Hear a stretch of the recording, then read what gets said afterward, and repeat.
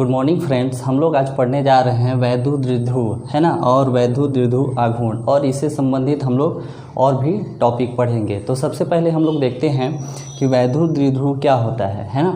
तो इसका परिभाषा होगा, दो एक समान परिमाण वाले परंतु विपरीत आवेश एक दूसरे से अल्प दूरी पर स्थित हो तो उसे वैद्युत द्विध्रुव कहते हैं। इसका मतलब क्या है कि समान परिमाण वाले, है ना, समान परिमाण मतलब क्यू आवेश होगा, है ना, एक और विपरीत आवेश मतलब एक माइनस क्यू और एक प्लस क्यू, मतलब एक ऋण आवेश और दूसरा धन आवेश हो, अल्प दूरी पर स्थित हो, है ना। तो इन दोनों के बीच की दूरी अल्प दूरी होगी, इसको हम लोग ले लेंगे 2L, और इस बिंदु को ले लेंगे A और इस बिंदु को लेंगे B। मतलब A बिंदु पर माइनस क्यू आवेश है, B बिंदु पर प्लस क्यू आवेश है, और इनके बीच की दूरी 2L है, अल्प दूरी है। तो इसको हम लोग क्या बोलेंगे? विद्युत द्विध्रुव। वैद्युत द्विध्रुव आघूर्ण, वैद्युत द्विध्रुव के किसी आवेश के परिमाण तथा दोनों आवेशों के मध्य दूरी के गुणनफल को वैद्युत द्विध्रुव आघूर्ण कहते हैं। मतलब, और इसको हम लोग P से डिनोट करते हैं, किससे डिनोट करते हैं? P से, है ना। और P इक्वल टू क्या होगा कि किसी आवेश के परिमाण, इनमें से किसी आवेश के परिमाण हम लोग मान लो ले लेते हैं Q, दोनों आवेशों के मध्य दूरी कितना है भाई?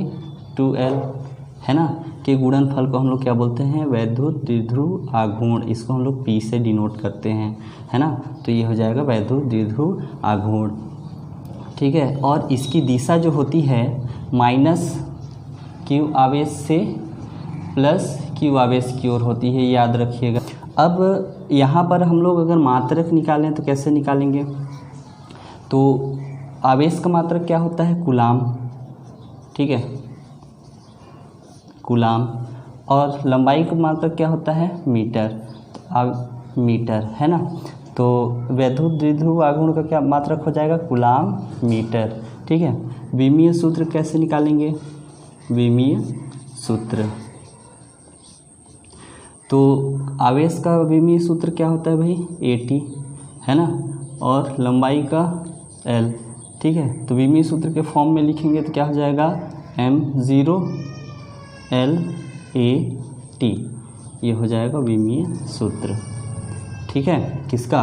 वैद्युत द्विध्रुव आघूर्ण का विमीय सूत्र, ठीक है।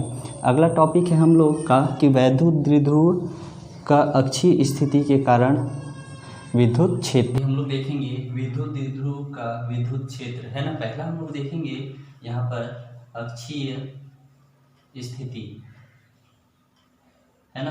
तो सबसे पहले हम लोग वैद्युत द्विध्रुव ले लेते हैं।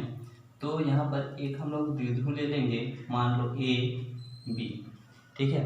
अब यहाँ पर हम लोग क्या ले लेते हैं? एक ऋणात्मक आवेश ले लेते हैं और एक धनात्मक आवेश ले लेते हैं। इनके बीच की दूरी कितना होता है भाई? 2L होता है, ये सबको पता है ना, अभी कुछ देर पहले बताया। इसका मान लो हम लोग मध्य बिंदु ले लेते हैं एक O, ठीक, इतना समझ में आ गया। अब हम लोग क्या करेंगे कि अक्षीय स्थिति में ज्ञात करना है, तो अक्षीय स्थिति में एक परिणामी आवेश बिंदु P लेंगे, जहाँ पर हम लोग को तीव्रता ज्ञात करनी है ना, ठीक है। अब मान लेते हैं कि इस मूल बिंदु O से P की दूरी कितनी है? R है, ठीक है। तो अब देखो, अब हम लोग इसका विद्युत द्विध्रुव का परिणामी हम लोग विद्युत क्षेत्र निकालेंगे। उससे पहले हम लोग एक एक आवेश के कारण बिंदु P पर विद्युत क्षेत्र निकालते हैं, है ना। तो सबसे पहले हम लोग निकालेंगे बिंदु B पर उपस्थित Q आवेश के कारण P पर विद्युत क्षेत्र, है ना। तो बिंदु B पर उपस्थित प्लस Q आवेश के कारण बिंदु P पर विद्युत क्षेत्र की तीव्रता, है ना, क्या होगा भाई? E1 बराबर 1/4 पाई एप्सिलॉन 0 Q अपॉन इन दोनों के बीच की दूरी क्या है, बीपी का स्क्वायर। डायरेक्शन होगा बी से पी की ओर, इधर की ओर, है ना। क्यों? क्योंकि जो विद्युत बल रेखाएं हैं वो धनात्मक से निकलती है ना। तो यहाँ पर हम लोग बीपी ये शो कर रहा है इसका डायरेक्शन को, ठीक है। 1/4 pi epsilon 0 q upon r minus l, ये बीपी का मिल जाएगा, है ना। आर माइनस एल करेंगे तो क्या मिलेगा, बीपी, है ना। और स्क्वायर है तो यहाँ स्क्वायर, ठीक है। ये आपका मिल गया प्लस क्यू आवेश के कारण, ठीक है। अब माइनस क्यू आवेश के कारण निकालते हैं, तो बिंदु ए पर स्थित, इसको पहला दे देंगे, स्थित माइनस क्यू आवेश के कारण बिंदु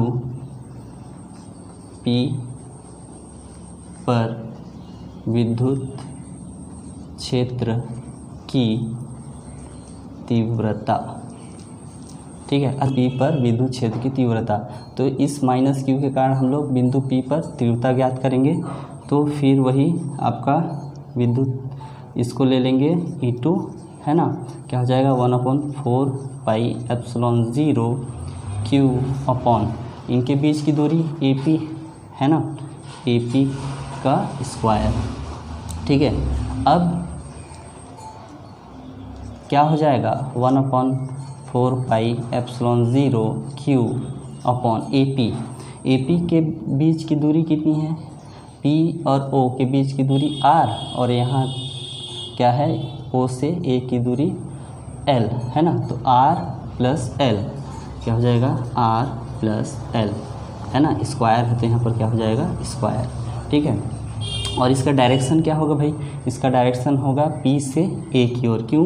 क्योंकि विद्युत रेखाओं में हम लोग पढ़ चुके हैं कि क्षेत्र रेखाएं प्लस से माइनस की ओर होती हैं, ठीक है। तो इसका डायरेक्शन क्या होगा, P से A की ओर, ठीक है, याद रखिएगा। ये हो गया E2, है ना। अब पॉज करके इसको लिख लीजिएगा, मैं मिटा दे रहा हूँ।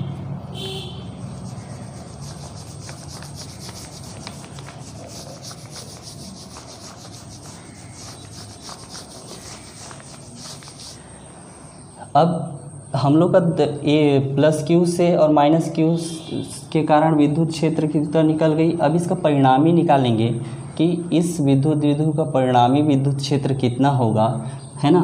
तो देखो यहाँ पर क्या होगा कि इस P और B की दूरी कम है ना, और इस A और P की दूरी ज़्यादा है ना। तो विद्युत क्षेत्र की तीव्रता कहाँ पर ज़्यादा होगी, इस कम वाले में, है ना। B से P की लंबाई कम है तो यहाँ तीव्रता अधिक होगी, A और P की लंबाई ज़्यादा है तो यहाँ पर तीव्रता कम होगी, है ना। तो हम लोग लिखेंगे चूँकि E1 है ना बड़ा है E2 से, तब बिंदु P पर परिणामी विद्युत क्षेत्र क्या हो जाएगा, E equal to E1 minus E2, ठीक है।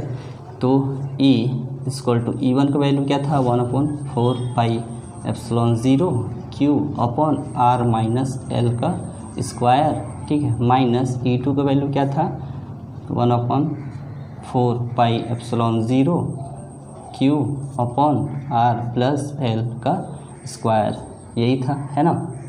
यहाँ लिख सकते हो समीकरण 1 और 2 से, ठीक है।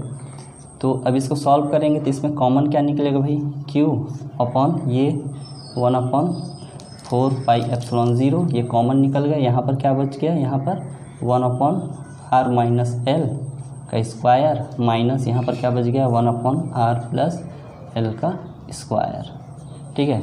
इसको सॉल्व करेंगे, Q अपॉन 4 पाई एप्सिलॉन 0, ये हो जाएगा R प्लस L का square minus R minus L का स्क्वायर, और अपॉन में इन दोनों का इंटू आर माइनस एल का स्क्वायर, आर प्लस एल का स्क्वायर। ठीक है, अब इसको सॉल्व करेंगे। ठीक है, तो यहाँ पर देखो, यहाँ पर a प्लस बी का होल स्क्वायर फार्मूला लगेगा, क्या होता है a square plus B square plus 2ab, तो ये हो जाएगा r square plus l square plus 2ab, तो a की जगह में r, b की जगह में l, तो rl है ना। अब यहाँ पर क्या होगा, a square a minus B का whole square formula a square minus B plus B square minus 2ab ये होगा, है ना इसका। लेकिन इस माइनस के कारण क्या होगा, माइनस मल्टीप्लाई होगा अंदर में, तो ये क्या हो जाएगा, चिन्ह बदल जाएगा। तो यहाँ पर माइनस और यहाँ पर माइनस और यहाँ पर प्लस। ठीक है,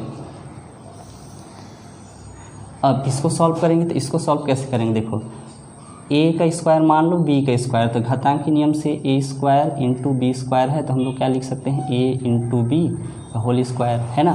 तो इसका मतलब क्या है कि r minus l, r plus l, है ना, इसका हम लोग क्या लिख सकते हैं, होल स्क्वायर, है ना।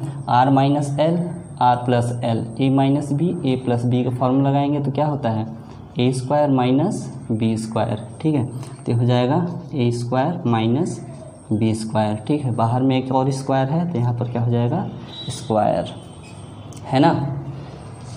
ठीक है, अब यहाँ पर क्या हो जाएगा, आर स्क्वायर इस आर माइनस आर स्क्वायर से कैंसिल, एल स्क्वायर इस एल स्क्वायर से कैंसिल। ठीक है, तो यहाँ पर क्या बच जाएगा, q अपॉन 4πε0, यहाँ क्या बच जाएगा, 4rl upon r square minus l square का होल स्क्वायर। ठीक है, अब q अपॉन 4πε0, इसको हम लोग दो भागों में तोड़ देंगे, इसको ले लेंगे 2l इंटू 2r, है ना, 2 दूनी 4 lr यही आएगा। ठीक है, और r square minus l square का होल स्क्वायर। अब देखो q into 2l, q into 2l बराबर क्या होता है, p विद्युत द्विध्रुव आघूर्ण, है ना। तो ये पूरा हो जाएगा E इक्वल टू, ये P हो जाएगा 2PR, और यहाँ पर क्या बच जाएगा, 1/4πε0, और यहाँ r square minus l square का होल स्क्वायर, है ना। यही तुम्हारा क्या है, अक्षीय स्थिति में विद्युत क्षेत्र की तीव्रता है। ठीक है, और इसका जो डायरेक्शन होगा किधर होगा, माइनस क्यू से प्लस क्यू की ओर, परिणामी विद्युत क्षेत्र का डायरेक्शन। अब हम लोग देखेंगे कि छोटे द्विध्रुव के कारण विद्युत क्षेत्र, मतलब द्विध्रुव बहुत छोटा हो, है ना। तो यहाँ पर देखो, जब द्विध्रुव बहुत छोटा होगा मतलब इसकी लंबाई कम हो जाएगी, है ना, एल की लंबाई क्या हो जाएगी, कम हो जाएगी। जब ये कम होगा तो पी बिंदु क्या हो जाएगा, और दूर होगा, मतलब आर की लंबाई ज़्यादा होगी, है ना।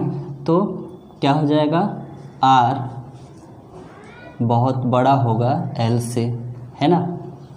इसलिए हम लोग बोल सकते हैं कि यहाँ पर देखो r square minus l square, है ना, किसके बराबर हो सकता है, आर स्क्वायर के, है ना। क्यों, क्योंकि ये तो बहुत छोटा हो जाएगा।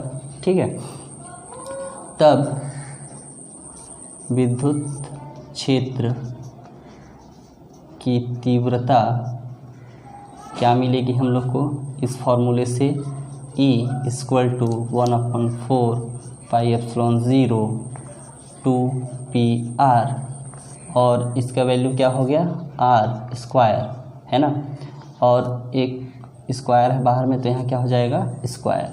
ठीक है, तो हो जाएगा 1/4πε0 2PR, ये कितना हो जाएगा, r की पावर 4, तो एक यहाँ से r कैंसिल हो जाएगा, तो क्या बच जाएगा, 1/4πε0 2p, यहाँ पर क्या बच जाएगा r की पावर 3, है ना।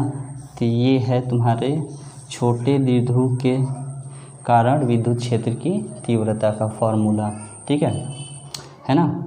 तो इसको देख लीजिएगा, पढ़ लीजिएगा।